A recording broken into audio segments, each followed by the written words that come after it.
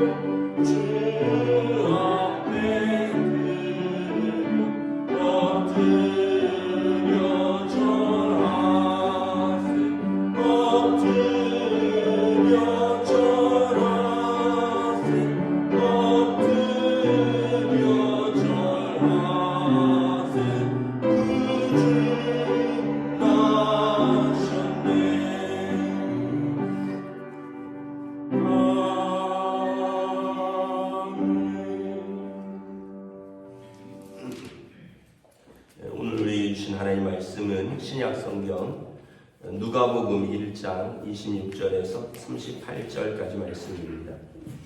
누가복음 1장 26절에서 38절까지 말씀입니다. 신약성경 87페이지입니다.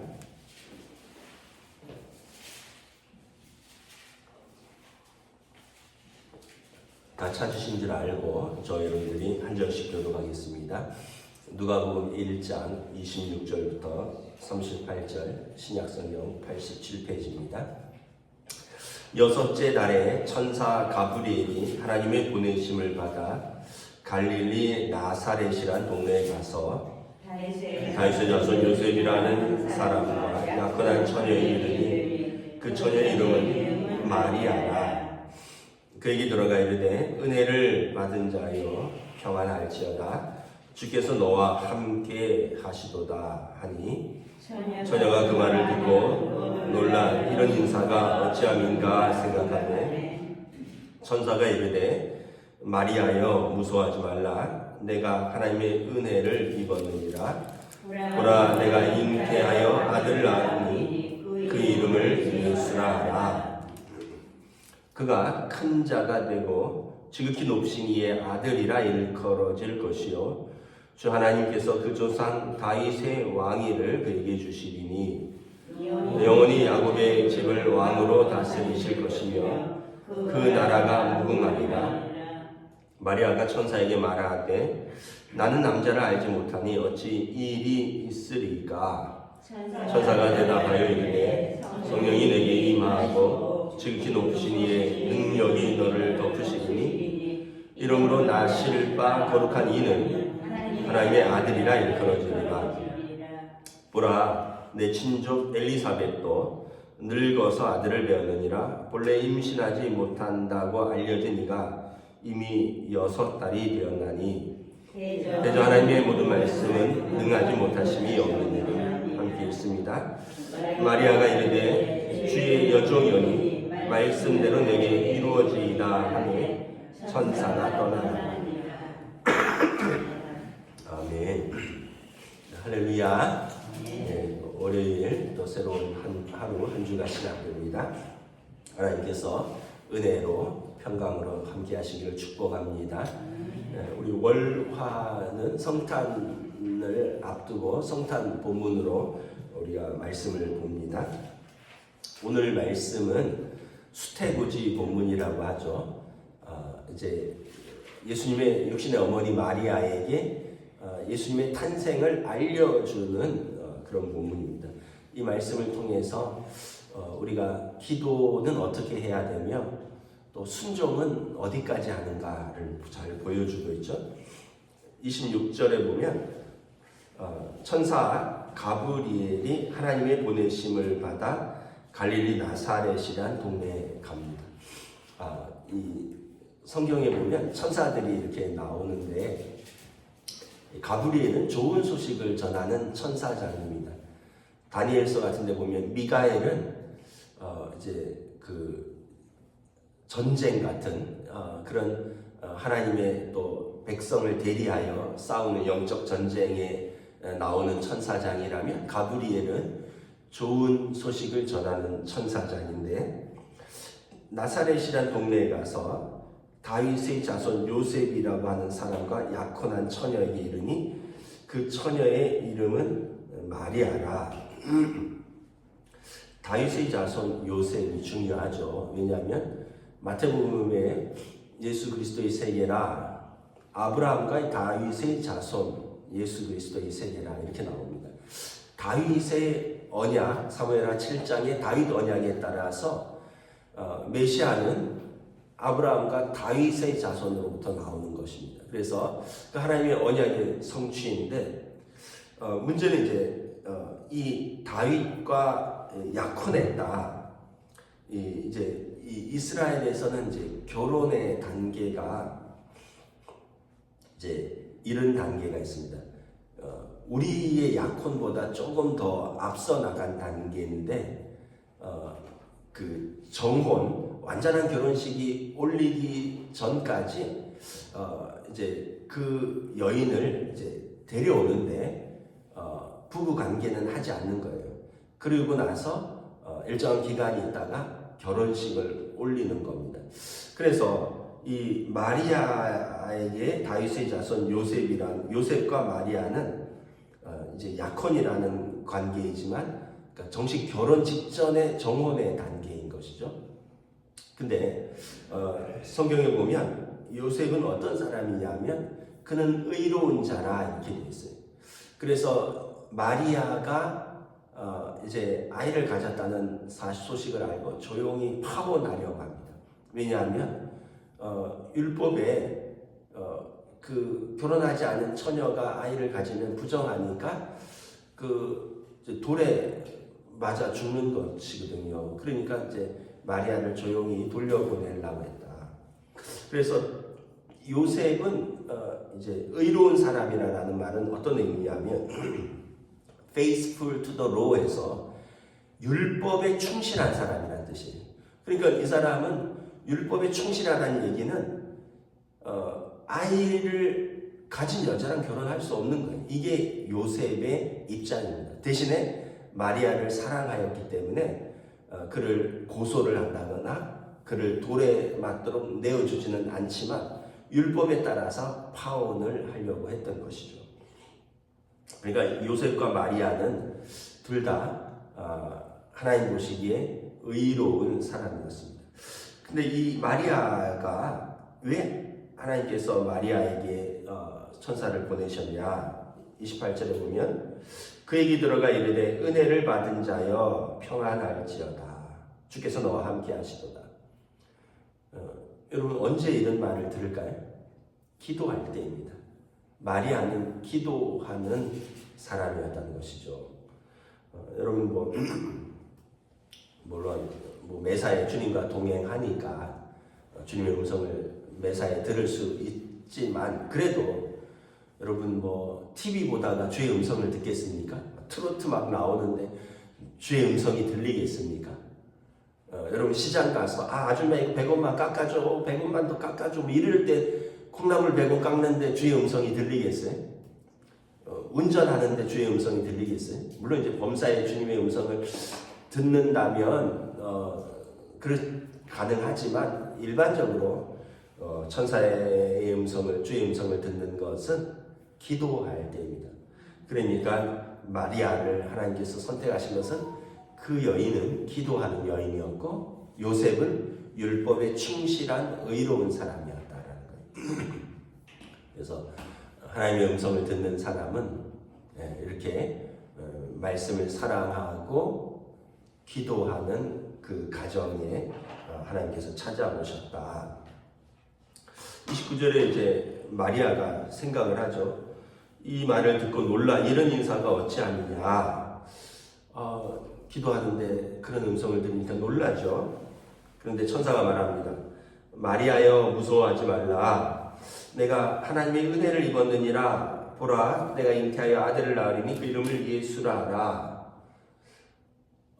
그 천사의 음성이 들리는데 뜬금없이 내가 아들을 잉태할 것이라는 거죠. 그러면서 그 이름은 예수, 이제 예수아인데 여호수아라는 뜻입니다. 이름입니다. 하나님은 구원이시다 이런 뜻이고요. 자기 백성을 죄에서 구원할 자이시니라. 그가 큰 자가 되고 지극히 높으신 이의 아들이라 일컬어질 것이요 주 하나님께서 그 조상 다윗의 왕위를 그에게 주리니 영원히 야곱의 집을 왕으로 다스리실 것이며 그 나라가 무궁하리라. 언약의 하나님께서 사무엘하 7장에 다윗 언약을 다시 한번 그녀에게 이루시겠다는 거예요. 내가 잉태할 그 아이는 하나님은 구원이시다를 선포할 자기 백성을 구원할 자이시고 그는 지극히 높은 신 이의 아들이고 그 조상 다윗의 왕위를 줄 것이며 영원히 야곱의 집 이스라엘을 왕으로 다스릴 그 분이라. 언약의 하나님이라는 거죠. 언약의 하나님께서 마리아에게 메시아가 너를 통해서 나실 것이라고 말합니다.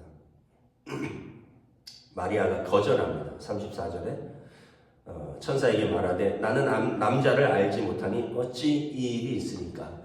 요셉과 같이 사는 단계는 아니라 그랬잖아요. 그러니까 나는 남자를 알지 못합니다. 이런 일은 있을 수 없습니다. 마리아도 이제 보통 여자죠. 또 우리도 하나님께서 우리에게 말씀하시면 우리도 이런 걸 보면 하나님 나 못해요. 나 어렵습니다. 뭐 이렇게 말할 수 있다는 거죠. 이것도 우리의 자유예요. 그런데 인격적인 하나님이시라는 걸 볼 수 있습니다. 아니야, 너를 통해서 나 이게 아니네. 설득을 합니다.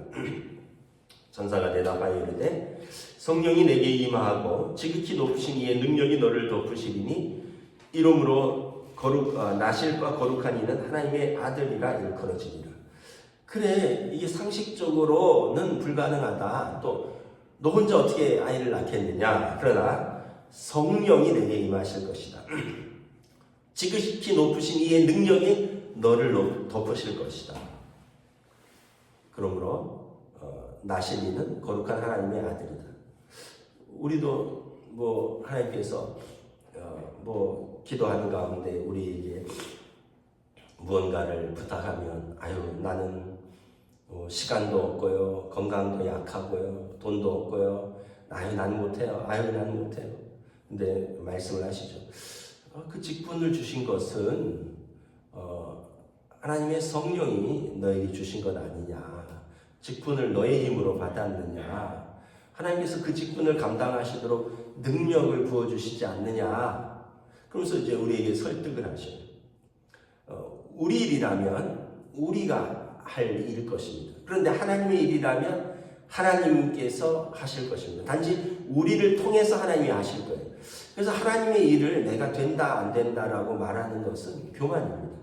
하나님께서 우리를 통해서 하시고자 하실 때 우리는 예라고 순종하시면 우리를 통해서 하나님이 쓰시는 것이고, 만약에 우리가 끝까지 노라고 하시면 인격적인 하나님께서 그럼 내가 다른 사람을 쓰겠다 하고 다른 사람에게 가는 거예요. 천사가 계속 설득합니다. 35절에 6절에 보라 내 친족 엘리사벳도 늙어서 아들을 배었느니라. 세례 요한에 대한 이야기죠. 세례 요한의 그 어머니 엘리사벳, 사가랴와 엘리사벳도 제사장 집안인데 예수님보다 6개월 먼저 와서 그 메시아의 길을 닦는 선지자입니다. 그런데 엘리사벳도 알지 않느냐? 늙어서 거기는 이제 마리아처럼 처녀가 아니라 늙어서 경수가 끊어진 여인이라는 거예요. 그런데 그도 아들을 배었느니라. 본래 임신하지 못한다고 알려지니까 이미 6달이 배었느니라. 세례 요한은 친척이니까 알고 있죠. 마리아가 친척이니까. 그래서 마리아도 엘리사벳이 분명히 경수가 끊어져서 아이를 낳을 수 없는데 이미 잉태한 지 6달이 된 것. 이것은 하나님의 능력이라는 것을 알려주는 거예요. 되죠? 하나님의 모든 말씀은 능하지 못하심이 없느니라. 그래서 하나님께서는 계속 우리를 설득하셔요. 아브라함과 하나님의 대화 보세요. 소돔과 고모라 성을 멸망시킬 때 아브라함이 롯을 구하기 위해서 그 성에 의인이 있으면 악인과 같이 멸하는 것이 옳습니까? 하면서 무려 6번이나 하나님과 거래를 하잖아요. 의인 50만 있으면 살려주십니까? 45인이면 어떻습니까? 40이면 어떻습니까? 30이면 20이면 10명으로 깎아주세요. 하나님 10명만 있어도 살려주세요. 하나님 그래 내가 너의 기도를 듣고 의인 10명만 있어도 살려주리라. 근데 의인 10명이 없잖아요. 그러니까 우리가 하나님과 기도할 수 있는 거예요. 하나님 앞에 거래까지는 아니지만 우리 의견도 충분히 말씀드릴 수 있는 거예요. 하나님 내 형편이 이래요. 하나님 그런데 하나님께서 그럼에도 불구하고 쓰시겠다면 하나님의 능력으로 나를 써주세요. 나를 도와주세요. 이렇게 말해야지. 마리아가 말하는데 38절에 37, 8절에 대저 하나님의 모든 말씀은 능하지 못하심이 없느니라. 천사가 말하니까 주의 여종이오니 말씀대로 내게 이루어지리다. 마리아가 그렇다면 알겠습니다. 주의 뜻대로 내게 이루어지기를 원합니다. 라고 순종합니다. 이게 얼마나 큰 순종인지 여러분 아시겠죠?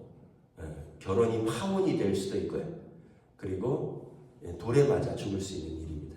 이 순종은 생명까지 내거는 순종이에요. 아브라함이 이삭을 드릴 때 그 순종은 아들을 내어주는 까지의 순종입니다. 그래서 하나님께서도 우리를 향하여 아들을 내어주시기까지 사랑하시고, 저도 그렇고 여러분들도 그렇고 우리의 순종이 참 부분적인 순종이구나 하는 걸 깨닫습니다. 또는 조건적인 순종이구나. 이거 해주시면 여기까지는 할게요. 여기까지만 하고 여기까지는 못해요. 뭐 이런 우리의 순종도 되게 부분적인 순종인데, 마리아의 순종은 참 대단한 순종인 거죠. 만약에 마리아가 불순종, 끝까지 안 돼요, 나 결혼을 앞두고 있어요, 그럼 어떻게 했을까요? 순종하는 다른 거룩한 여인을 찾아서 예수님께서 그 여인을 통해서 나셨을 것입니다. 하나님의 뜻은 정해져 있고요, 우리가 끝까지 거절하면 하나님의 뜻에 순종하는 다른 사람을 통해서 하나님의 일을 이루실 것이다 라는 것입니다. 그래서 우리가 순종하면 하나님께서 우리를 통해서 하나님의 일을 이루시고, 불순종하면 결국은 우리에게 기회가 왔지만 하나님의 뜻을 이룰 수 없다라는 거죠. 예전에